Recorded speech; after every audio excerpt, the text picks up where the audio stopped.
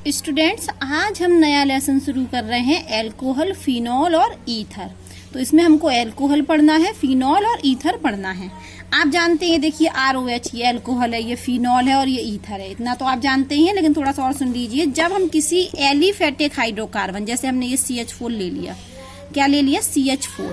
ये aliphatic hydrocarbon है और एलिफेटिक हाइड्रोकार्बन में हमने हाइड्रोजन का प्रतिस्थापन कर दिया OH समूह के द्वारा। समझ में आया? क्या बोला कि एलिफेटिक हाइड्रोकार्बन में हाइड्रोजन समूह का प्रतिस्थापन किया, किसके द्वारा? OH के द्वारा। मतलब ये देखिए CH3, यहाँ पर 4 थे H, कितने हो गए? 3, एक हट गया और उस H की जगह कौन आ गया? OH। तो OH ग्रुप ने, OH समूह ने एक हाइड्रोजन समूह का प्रतिस्थापन कर दिया। तो ये जो बना, ये क्या बना? हमारा एल्कोहल। ये क्या है? एल्कोहल। मान लो हमने ले लिया CH3, ये दूसरा, ये मेथेन लिया था, ये हमने एथेन ले लिया। इसमें भी क्या हुआ कि OH ग्रुप ने एक हाइड्रोजन समूह का प्रतिस्थापन कर दिया। तो ये क्या होगा? CH3, एक हाइड्रोजन समूह का, तो एक हाइड्रोजन हट गया, तो ये क्या हो गया? CH3 का CH2 क्या आके जुड़ गया? OH। तो ये होते हैं एल्कोहल। परिभाषा देखिए आप, एल्कोहल में OH समूह, एल्कोहल का जो OH समूह होता है वो एलिफेटिक तंत्र से जुड़ा होता है। किससे जुड़ा होता है? एलिफेटिक तंत्र से। एल्कोहल में जो OH समूह होता है वो एलिफेटिक तंत्र से जुड़ा होता है। और निर्माण कैसे होता है? जब एक हाइड्रोजन परमाणु क्या करे? दूसरे परमाणु के द्वारा प्रतिस्थापन हो जाए, ठीक है, और वो दूसरा परमाणु कौन सा हो? OH आके जुड़ जाए हाइड्रोजन परमाणु की जगह, ठीक है। अब बोले कि एल्कोहल में तो जो OH समूह होता है वो एलिफेटिक तंत्र से जुड़ा होता है। एल्कोहल में OH समूह किससे जुड़ा होता है? एलिफेटिक तंत्र से। जबकि फिनॉल में, ये फिनॉल है हमारी, ये हमारा क्या है? ये ऊपर ये बना था, ये एल्कोहल, और ये क्या है? फिनॉल, और ये क्या है? हमारा ईथर। तो एलिफेटिक जो एल्कोहल होते हैं उसमें जो OH होता है वो एलिफेटिक तंत्र से जुड़ा होता है, जबकि फिनॉल में जो OH होता है वो एरोमेटिक तंत्र से जुड़ा होता है। अब मान ली हमने यहाँ पर कोई बेंजीन ले ली C6H6 और OH ग्रुप ने इसके एक हाइड्रोजन को हटा दिया, ये बन गया C6H5OH। तो ये हमारा क्या बन गया? फिनॉल। और इसको हम इस तरीके से भी लिख सकते हैं, C6H5 की क्या बना दें हम? रिंग, और रिंग से क्या जोड़ दें? OH। या तो हम ऐसे लिख लें, और अगर चाहें हम तो इस रिंग को AR बोलते हैं, एराइल ग्रुप OH। ये तीनों ही एक ही बात है। C6H5OH लिख दें, चाहे रिंग से OH जोड़ दें, चाहे AR लिख दें, ठीक है। तो अब नियम सुनिए, एल्कोहल में जो OH होता है वो एलिफेटिक तंत्र से जुड़ा होता है, जबकि फिनॉल में OH एरोमेटिक तंत्र से जुड़ा होता है। और क्या ईथर कब बनता है? ईथर की परिभाषा देखिए, एल्कोक्सी। अब हाइड्रोजन को कौन OH प्रतिस्थापन नहीं कर रहा है, हाइड्रोजन का प्रतिस्थापन OH नहीं कर रहा है, कौन कर रहा है? एल्कोक्सी मतलब OR ग्रुप या ARO ग्रुप, ठीक है। अब जैसे हमने यहाँ पर एक ले लिया, मान लिया CH4 ही ले लिया, एक हाइड्रोकार्बन, और यहाँ पर हमें हाइड्रोजन ग्रुप को हटाना है, लेकिन OH के द्वारा नहीं हटाना। किसके द्वारा? एल्कोक्सी ग्रुप के द्वारा। कौन से ग्रुप के द्वारा? एल्कोक्सी ग्रुप, एल्कोक्सी समूह। वो समूह क्या था? एल्कोक्सी समूह, RO। तो अब यहाँ पर CH4 का क्या कर दिया हमने? CH3 तो कर दिया, लेकिन H को हटाया और H की जगह क्या जोड़ दिया? OR।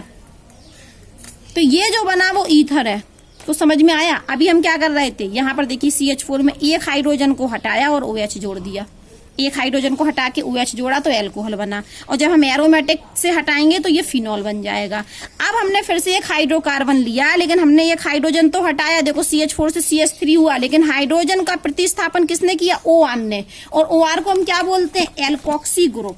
कौन सा ग्रुप? Alkoxy group. तो जब एल्कोक्सी ग्रुप ले लें या हम एलॉक्सी ले लें, एरल मतलब ARO मतलब बेंजीन रिंग वाला, जब इन समूह के द्वारा हाइड्रोजन समूह का प्रतिस्थापन होता है तो जो यौगिक मिलता है उन यौगिक को हम ईथर कहते हैं। तो ईथर में प्रतिस्थापन तो होता है हाइड्रोजन का, लेकिन किसके द्वारा? एल्कोक्सी समूह के द्वारा, ठीक है।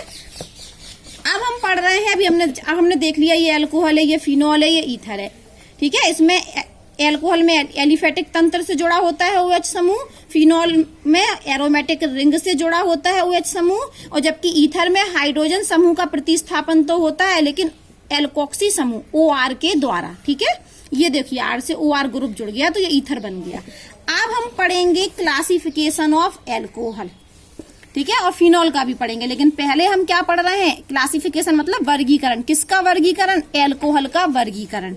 तो आज हम पढ़ेंगे एल्कोहल का वर्गीकरण, वो भी किसके आधार पर? नंबर ऑफ एल्कोहल ग्रुप, मतलब एल्कोहल OH समूह के संख्या के आधार पर। ठीक है, तो आज हम पढ़ रहे हैं एल्कोहल का वर्गीकरण, वो भी number of alcohol group, alcohol group की संख्या के आधार पर। तो ये 3 वर्गों में बांटा जाता है, मोनोहाइड्रिक, डाईहाइड्रिक और ट्राईहाइड्रिक और पॉलीहाइड्रिक। पॉली में बहुत सारे होते हैं, पहले अपन मोनोहाइड्रिक पढ़ते हैं। मोनोहाइड्रिक एल्कोहल, ये हम क्या पढ़ा रहे हैं आपको? Monohydric alcohol. तो मोनोहाइड्रिक एल्कोहल वे एल्कोहल होते हैं जिनमें OH की संख्या कितनी? OH समूह की संख्या 1। तो आज हम एल्कोहल पढ़ रहे हैं, वो भी किसके आधार पर? OH ग्रुप की संख्या के आधार पर। और ये कितने प्रकार की? मोनोहाइड्रिक, यहाँ के देख लीजिए, एल्कोहल 3 प्रकार के, मोनोहाइड्रिक, डाईहाइड्रिक, ट्राईहाइड्रिक, या हम बोले पॉलीहाइड्रिक। तो मोनो में OH समूह कितने होते हैं? 1, और डाई में होते हैं OH समूह 2, और ट्राई में होते हैं 3, और पॉली में होते हैं बहुत सारे। अब यहाँ से देखिए, मोनोहाइड्रिक एल्कोहल वे एल्कोहल होते हैं जिनमें OH समूह की संख्या कितनी हो? 1। आप ये उदाहरण देखिए सिर्फ, अभी इसमें OH समूह कितने हैं? 1। तो ये कैसा एल्कोहल हुआ? Monohydric alcohol. इसको देखिए, इसको सब पे ध्यान मत दीजिए, वो नाम पद्धति अलग से पढ़ाएंगे। आप इसको देखिए, इसमें OH समूह कितना है? ये एक OH समूह है, इसलिए कैसा एल्कोहल हुआ? Monohydric alcohol. ये देखिए, ये वाला कंपाउंड, इसमें OH कितने हैं? 1।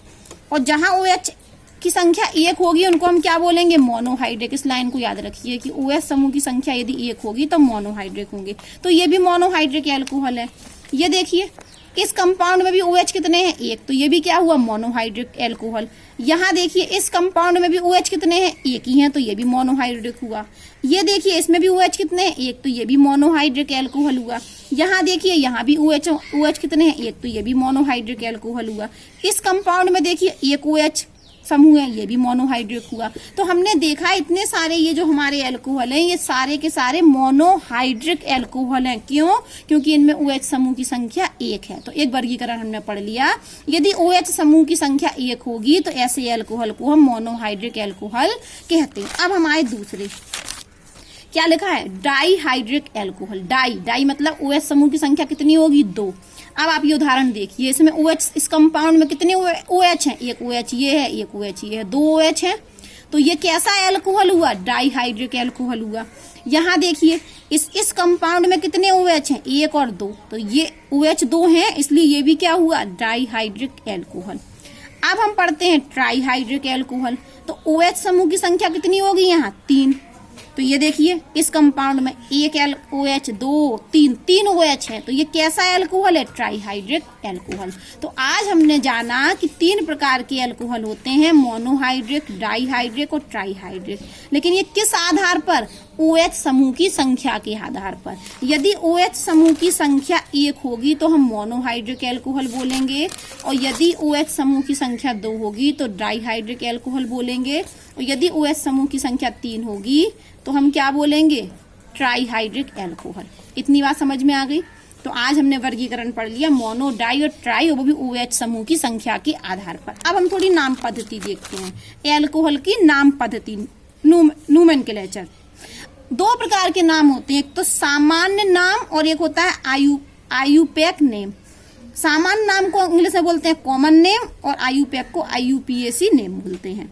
तो ये इसका सामान्य नाम क्या है? कॉमन नेम क्या है? Methyl alcohol. ये मिथाइल ग्रुप जुड़ा ना, तो इसका सामान्य नाम क्या होगा? Methyl alcohol. इसका सामान्य नाम क्या होगा? इथाइल। ये इथाइल ग्रुप है तो इथाइल एल्कोहल।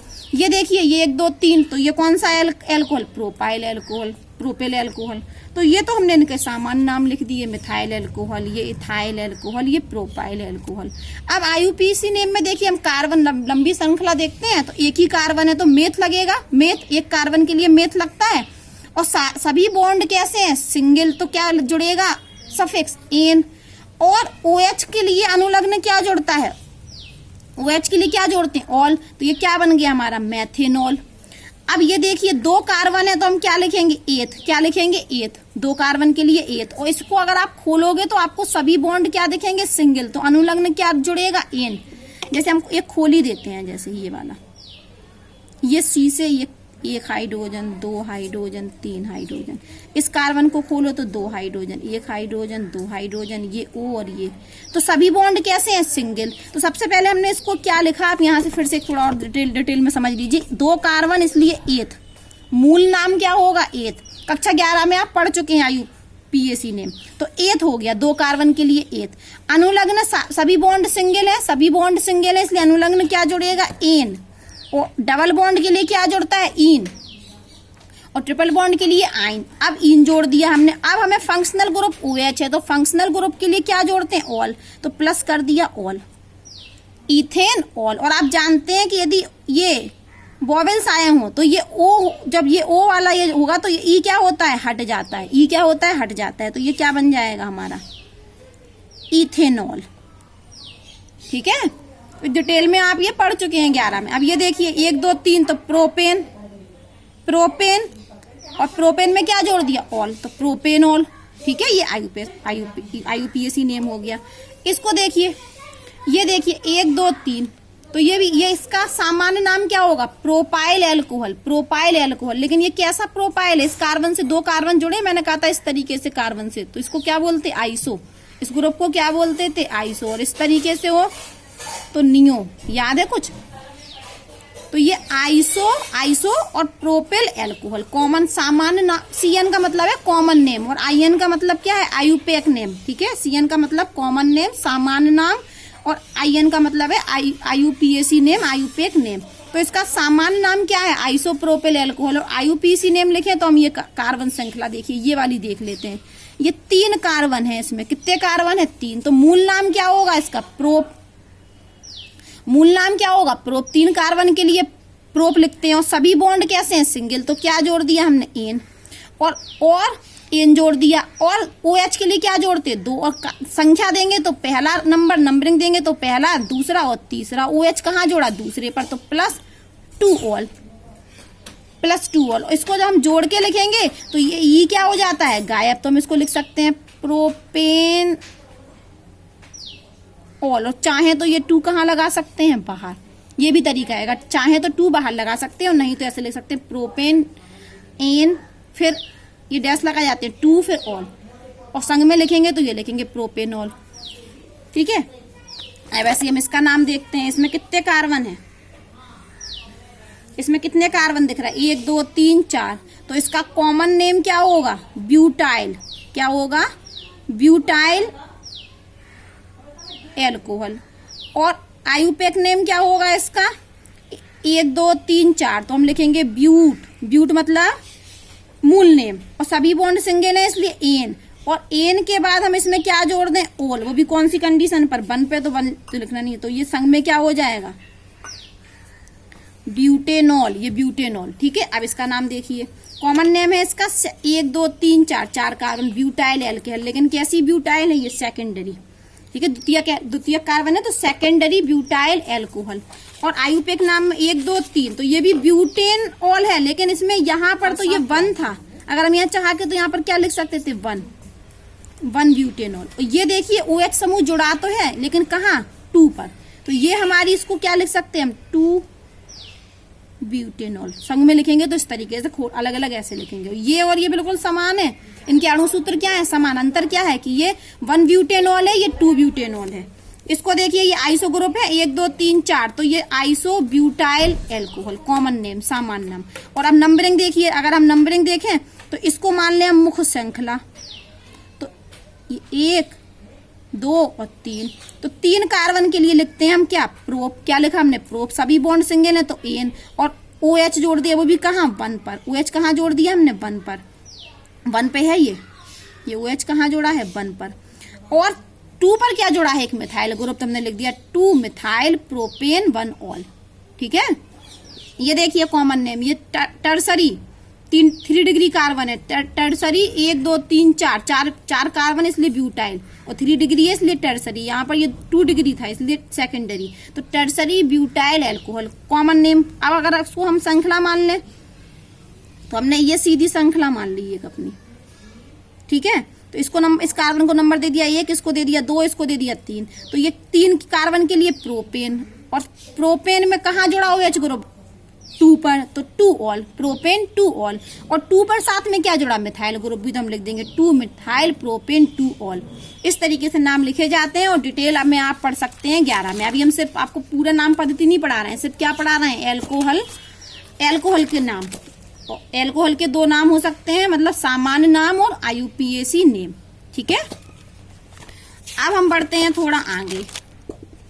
अब हम वर्गीकरण पढ़ रहे हैं किसके आधार पर, मोनोहाइड्रिक एल्कोहल को संकरण के आधार पर फिर से वर्गीकरण कर सकते हैं। अभी हमने वर्गीकरण किया था monohydric alcohol, dihydric alcohol, trihydric alcohol.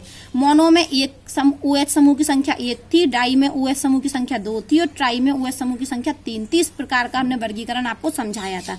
लेकिन अब हम पुनः वर्गीकरण कर रहे हैं, किसका वर्गीकरण, मोनोहाइड्रिक एल्कोहल का, ठीक है। मोनोहाइड्रिक एल्कोहल में जो OH ग्रुप जिस कार्बन पर जुड़ा है उसके संकरण के आधार पर, तो ये होता है 2 प्रकार का, sp3 और sp2, मतलब कि यौगिक जिसमें जो OH ग्रुप जुड़ा जिस कार्बन पर, या तो वो sp3 संकरित हो सकता है, या OH ग्रुप जिस कार्बन से जुड़ा वो sp2 हो सकता है, और OH एक ही संख्या में जुड़ा है इसलिए मोनोहाइड्रिक। तो पुनः वर्गीकरण है, मोनोहाइड्रिक एल्कोहल को हम 2 समूहों में बांट सकते हैं। ऐसे यौगिक कि जिनमें OH जिस कार्बन से जुड़ा वो sp3 संकरित हो, और दूसरे प्रकार के यौगिक कि जिनमें OH ग्रुप जिस कार्बन पे जुड़ा वो sp2 संकरित हो। तो पहले हम ऐसे यौगिक पढ़ रहे हैं कि जिनमें ये sp3 संकरण तो है, लेकिन कैसा वाला, sp3 उस कार्बन पर है जिस कार्बन, ये कार्बन पर sp3 है, और इस कार्बन से क्या जुड़ा, OH समूह। ऐसे यौगिक पढ़ रहे हैं, ठीक है।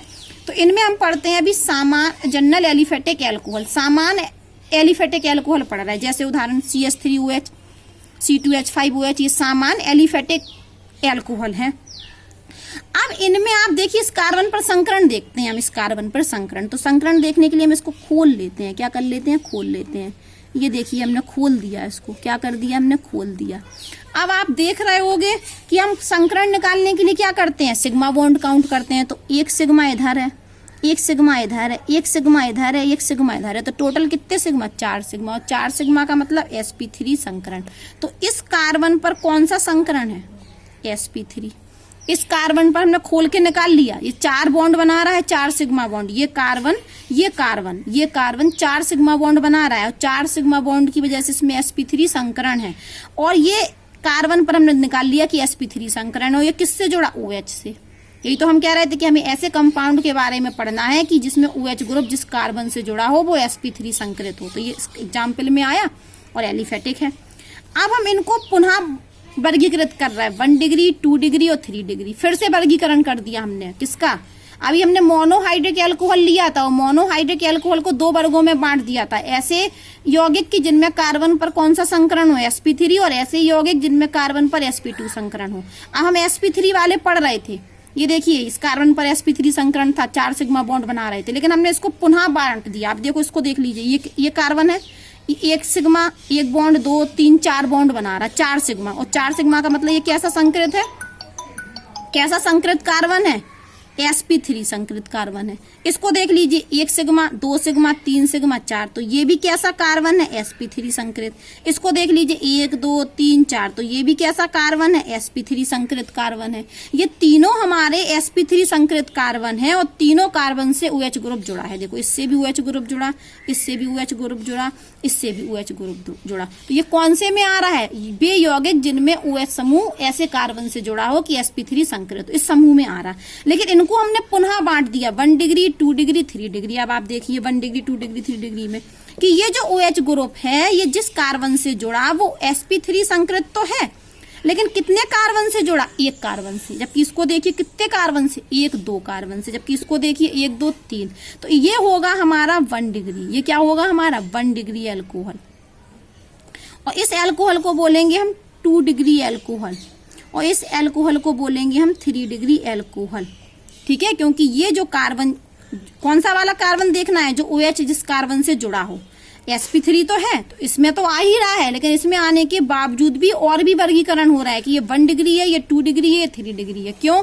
क्योंकि ये कार्बन 1 कार्बन से जुड़ा इसलिए 1 डिग्री, ये कार्बन 2 कार्बन से जुड़ा इसलिए 2 डिग्री, और ये कार्बन 3 कार्बन से जुड़ा इसलिए 3 डिग्री। तो ये 1 डिग्री, 2 डिग्री, 3 डिग्री में भी वर्गीकरण हो गया। अब हम आते हैं एक अलग वर्गीकरण में। ये भी sp3 संकृति है। ये देखिए OH है, ये OH किस कार्बन पे जुड़ा? इस कार्बन पर। तो 1 bond, 2 bond, 3 bond, 4 sigma bond, इसलिए ये कैसा कार्बन है? sp3 संकृत carbon.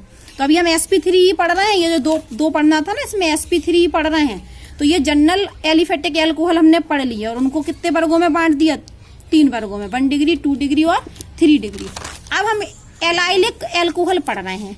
ये ऐसे एल्कोहल होते हैं कि इनमें देखिए, पढ़ लीजिए, इस प्रकार के एल्कोहल में OH समूह कार्बन कार्बन डबल बॉन्ड से अगले sp3 संकृत कार्बन परमाणु पर जुड़ा होता है। देखिए आप, ये हमारा OH समूह है। ये कैसा है? ये OH समूह इस कार्बन से जुड़ा और ये sp3 संकृत है, ठीक है। लेकिन वो कह रहे हैं इसको हम एलाइलिक एल्कोहल बोलेंगे। कब बोलेंगे? कि जब कार्बन sp3 संकृत भी हो और कब कहाँ से जुड़ा हो? डबल बॉन्ड के बगल में हो। देखिए, एल्कोहल में OH समूह कार्बन कार्बन डबल बॉन्ड से, कार्बन कार्बन डबल बॉन्ड के अगले। तो एलाइलिक एल्कोहल हम कब बोलते हैं? आप पुनः सुनिए, कार्बन कार्बन डबल बॉन्ड के अगले कार्बन से OH जुड़ा हो। और वो कार्बन कैसा होना चाहिए? sp3 संकृत होना चाहिए। मान लो यदि sp2 होता, मान लिया कि sp2 होता, तो इसको हम एलाइलिक एल्कोहल नहीं बोलते। तो परिभाषा सुनिए, एलाइलिक एल्कोहल वे एल्कोहल होते हैं जो कार्बन कार्बन डबल बॉन्ड वाले कार्बन के अगले sp3 संकृत वाले कार्बन से OH जुड़ा हो। कार्बन कार्बन डबल बॉन्ड होना चाहिए, और ये डबल बॉन्ड वाला जो कार्बन है, इसके अगले कार्बन कैसा होना चाहिए? sp3, और इससे OH जुड़ा हो, तब हम इसको एलाइलिक एल्कोहल बोलते हैं। इसको भी हम 1 डिग्री, 2 डिग्री, 3 डिग्री कह सकते हैं। जैसे ये देखिए कि ये कार्बन सिर्फ एक कार्बन से जुड़ा है, ये कार्बन सिर्फ एक कार्बन से, इसलिए 1 डिग्री है। अगर इस कार्बन को हम 2 कार्बन से जोड़ दें, तो हमने क्या किया? एक हाइड्रोजन हटा दिया। क्या किया? ये वाला हाइड्रोजन हटा दिया और इसको क्या जोड़ दिया? यहाँ पर CH3, और इसको चाहें तो हम नीचे ही लगा सकते हैं। ये देखिए, नीचे का नीचे, तो ये 2 डिग्री बन गया। अगर हमें इसको 3 डिग्री बनाना, अगर इसी को हमें 3 डिग्री बनाना, तो हम दोनों हाइड्रोजन को हटा दें और दोनों हाइड्रोजन की जगह देखो क्या कर दिया हमने, ये थोड़ा गायब। ये देखिए, ये हाइड्रोजन थे और हमने यहाँ पर क्या जोड़ दिया? हाइड्रोजन की जगह CH3। तो ये क्या बन गया? 3 डिग्री एल्काइलिक एल्कोहल। तो एलाइलिक एल्कोहल की परिभाषा क्या है? कि डबल बॉन्ड के कार्बन के अगला कार्बन हो और sp3 संकृत हो, उससे OH जुड़ा हो। अब हम देखते हैं बेंजिलिक एल्कोहल। तो बेंजिलिक एल्कोहल में OH समूह क्या होगा? एरोमेटिक रिंग के कार्बन बगल वाले कार्बन से जुड़ा होगा, और वो कार्बन कैसा होना चाहिए?